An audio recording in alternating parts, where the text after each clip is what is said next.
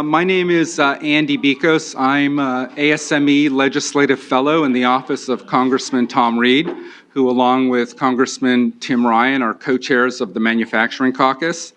So on behalf of the Manufacturing Caucus, Arizona State University, and ASME, thanks for attending and welcome.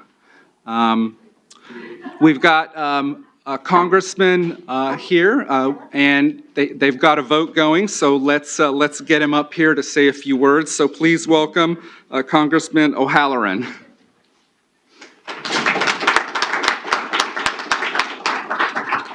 Well, good morning, everybody. Welcome to the Capitol. Really appreciate the opportunity to talk to you today.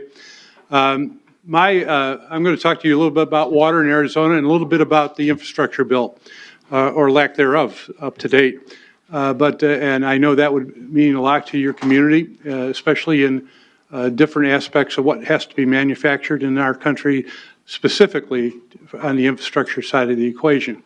My involvement in water in Arizona goes back about 20-some years, even before I was in the Arizona State Legislature and long before I was in Congress, since I've only been here 9 months. The issue is that Arizona, the West, and many other parts of our country are going to need a tremendous amount of infrastructure for water. Whether it's infrastructure to bring more water into the states, whether it's conservation, and also other forms of desalination and other ideas to bring that cost down to make it more economical, to be able to bring water supplies to a state like Arizona, which is expanding, we believe, to about 18 million people by 2050. It's at 7+3, I think it is right now, and we are stretched. I mean, we are in the middle of worrying about our water supplies. And that's just one of the many infrastructure issues we're facing that will require technology, manufacturing, and assistance from your community. I'd like to go in the infrastructure bill a little bit. In the 9 months I've been here, I thought the infrastructure bill would be one of the first things we'd hit because it was one of the easiest bipartisan things we could get to. We didn't get there. We had the idea and concept, or at least the administration did, of having a public-private partnership. The latest news from the White House is that they believe that would not work. So we're working now from a baseline of something within the budget. Now we have some complexities within the budget that I don't see how we can reach $100 billion a year over a 10-year period to get to the type of investment that we were thinking of in the first place. First of all, we just got hit with $300 billion plus or minus by natural disasters. Those are going to be filled in the budget now for at least 5 years, I believe. Secondly, even at the end of that 10 years, we will look back and still have a $4 trillion deficit in infrastructure in America. So we have to plan out well past the 10-year window in order to bring us back to a competitiveness where we need to be. It is my hope that through innovation, manufacturing abilities, that we're able to become the world leader because in this type of process, because as we look out, it's one of our most competitive markets that we can have. It's an area that we need to have export in and be strong in that area.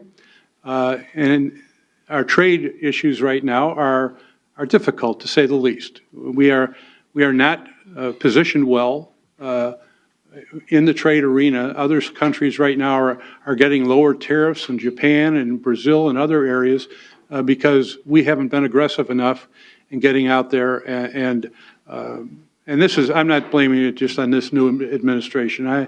This is something that's been a continual process.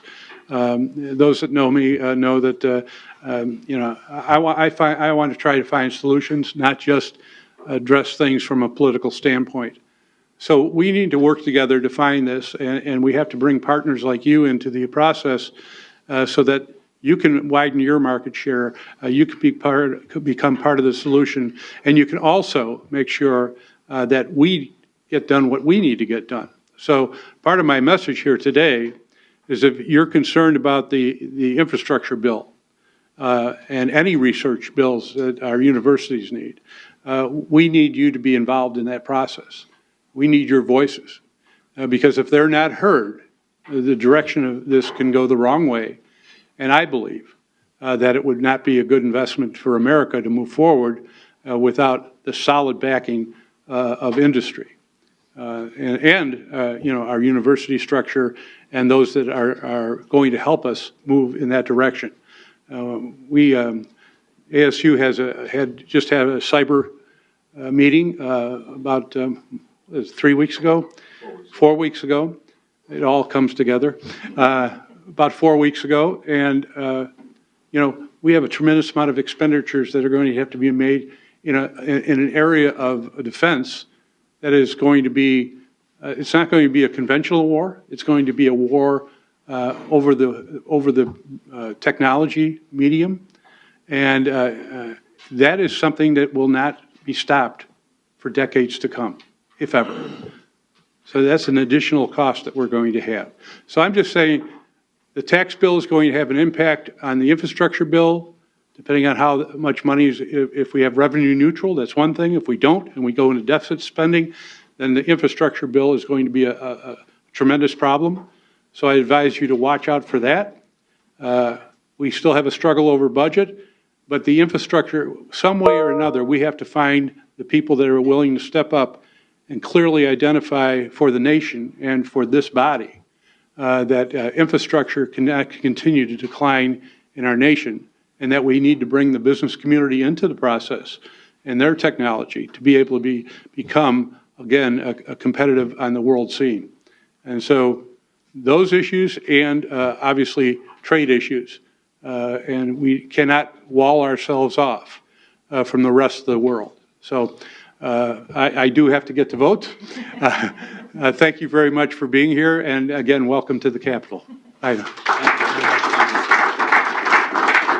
Thank you very much, Congressman. So I want to especially also thank our speakers for taking the time to be with us today. I also want to have a note to any staffers who are with us today whose members are not part of the Manufacturing Caucus to please encourage your members to become a member of the Manufacturing Caucus. In manufacturing, it's critically dependent on water, both as an input, but also as a resource in the environment. And so as such, we're really fortunate to have this distinguished panel of experts here today to talk about this issue and the critical role of water in manufacturing. So now, to get things going, I will kick it over to Chuck Podolak, who is the senior professional staff in the office of Senator Jeff Flake of Arizona. His work has focused on many facets of water resources, from dam removal and sediment transport to water rights, markets, and water law. He did his doctoral research at Johns Hopkins and researched at USGS, and did his postdoctoral work at Duke, where he also taught a course on water law. So please join me in welcoming Chuck as moderator. Thanks, Andy. Thanks for letting some Senate staff infiltrate your House event. But I'm here on behalf of Senator Jeff Flake, as a fifth-generation Arizonan, as the chairman of the Senate Energy, Natural Resources, Water and Power Subcommittee. Any Arizona and water-related event we try and sneak into. And so thank you for that, and thanks to John, Amanda, and Andy for putting on this event. I'm going to take this occasion just to brag on Arizona water for a little bit. It's a state whose reputation is aridity. We've got our iconic saguaro. You think of Arizona and sort of this desert landscape, but we have a lot of water successes to talk about. In Arizona, since 1980, our population has grown almost threefold, about 2.5-time increase. In that same time, our economy has grown about 4 times. We've quadrupled our economy. But in that same time, since 1980, the total water use in Arizona has decreased by about 30%. That's not a per capita decrease, that's a total decrease. So even with a near tripling of our population, we've figured out how to grow our economy, how to grow our population, and use less water. Some of those successes of how we've done that, irrigation efficiency. You go down to Yuma, Arizona, you see are producing very high valued crops using very efficient irrigation technologies. You look at what we've done in the residential sector, you go around the valley, you see, I don't even know that we have that many residential plumbing, high efficiency upgrades yet to do, because we've basically done those. Those are in the new building codes. We've turned over a lot of those old plumbing things, and I think more importantly, you'll see a cultural shift in our attitude towards outdoor landscaping. You drive around the new residences you see all over the valley, and you'll see a very different outdoor landscape than you did 30, 40 years ago. The industrial efficiencies. We have the nation's largest nuclear generating station in Palo Verde, just west of Phoenix. The water, the total water, all the water consumed by Palo Verde it's recycled. We are on the forefront of recycling water and using effluent, doing that, but using market-driven solutions. So that Phoenix effluent goes to help generate our clean, non-emitting baseload power. So I think Arizona, and led by some of the work that's being done at ASU, is well positioned to talk about the next water use. One of the things, though, that's missing in that list of agricultural efficient, we can tell, and we frequently tell those stories, irrigation efficiencies, residential efficiencies, some industrial efficiencies. What's missing from that conversation is manufacturing efficiencies. And this is some of the initiatives that ASU's kicked off in the last couple of years to look at manufacturing, high-tech manufacturing, advanced manufacturing. DC is a very trendy town. There are several trends going on right now. One trend is infrastructure, like Congressman O'Halloran talked about. I would echo his comments on budgetary challenges, fiscal challenges of $1 trillion for infrastructure, and I think there's still work to be done on that. Another trend, though, is manufacturing, and we've seen manufacturing in the discussion, in the political world discussion over the last year and a half, and a lot of times what that manufacturing discussion really, what conjures up in a lot of people's mind is the manufacturing of the mid-20th century, the Rust Belt kind of manufacturing. And I think what ASU is doing and what we're talking about today is a different kind of manufacturing. So we're talking about high tech, we're talking about advanced manufacturing, and one key component of that we'll hear about today is water. That's water as a input to manufacturing. That's water as a product to manufacturing. I think the background of the panel we have, I think we'll hit on both of those things. We'll talk about manufacturing partnerships at the very local level, and we'll also hear a global perspective on that. So I think we've got a great panel. I'll run down that. Starting from your left, we have Steve Harper from Intel, the Global Director of Environment and Energy Policy. You got to forgive me. Every one of these people has very long, interesting, but complicated titles. So if I stumble on that, I'll apologize, and you can correct it. Steve's also the co-chair of a leading group of IT and energy efficiency advocacy groups. His history includes stints with the EPA, the energy industry, and the conservation sector.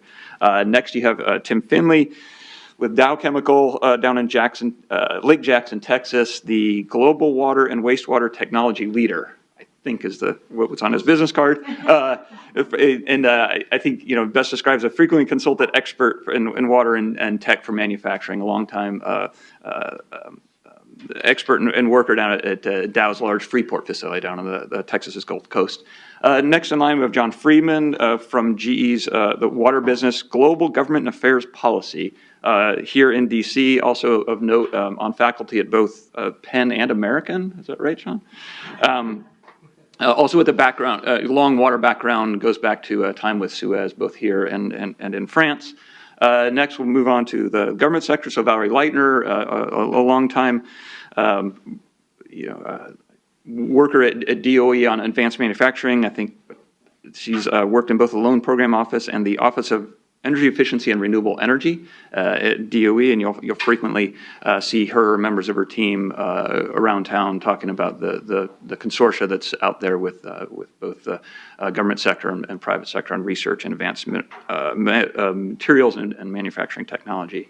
And then finally, John Sabo with ASU, the School of Life Sciences, and the director of Future H2O down there. When you look at John's resume, full of a whole bunch of interesting things, both on the teaching side and on the research side. I think he says his the primary focus of the research, or one of the threads of the research, is work on the cycling of food, the food web through the impact on dams on the cycling of energy through food webs, right? And with the goal of understanding how that impacts our decisions on sustainable water management. Teaches a range of classes down there by experimental design, field ecology, water, and sustainability. One important part of that is it lets John get to some really cool places, both within the United States and outside the United States, to do field work. So as a recovering academic, I miss that part of going out and doing the great field work. Logistics of how we're going to run this. Amanda's going to keep me honest and on time. Laurel. So we're not going to get all long-winded and all over the place. Okay, we're going to go with about 7 minutes for each speaker. If you guys want to come up here, we'll go from Steve on down the line. After that, we'll have some, maybe moderated discussion amongst you, and then we'll open it up to the audience for about 10 minutes or so. 11:45 on the dot, we'll finish. And with that, Steve, you want to start us off?